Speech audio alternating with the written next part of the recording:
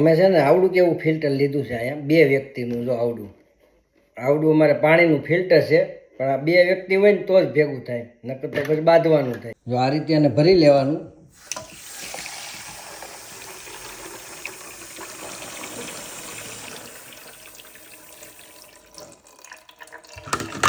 આનું ઢાંકણું છે, ઢાંકણું ઢાંકી દેવાનું, પછી આમ મૂકી દેવાનું.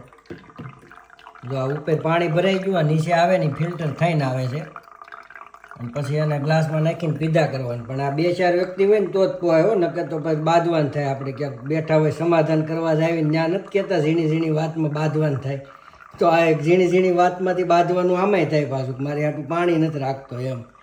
એટલે આ નાનું એવું ફિલ્ટર છે, આ એવું દિવાલે મૂકવાનું મેળ ન આવે, એટલે આવું લીધું છે.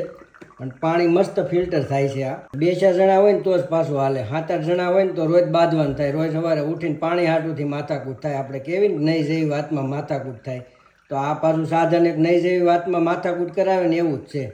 એટલે કામ બહુ સારું આપે, અને પાણી એક નંબર મીઠું થાય. આમ મસ્ત ફિલ્ટર થઈ જાય. એમ આવડું એવું જ અંદર આવે. ઓલું આપણે અહીંયા દિવાલમાં મૂકવી ને 3 બાટલા આવડું, એને આમાં આવડું એવું જ હોય, અને એનાથી મસ્ત ફિલ્ટર પાણી થાય. એટલે આ પીવાની મજા આવે છે. પણ છે આવું નાનું એવું, ગાડીમાં લઈને વયું જવાય ક્યાંક જવું હોય ને તો.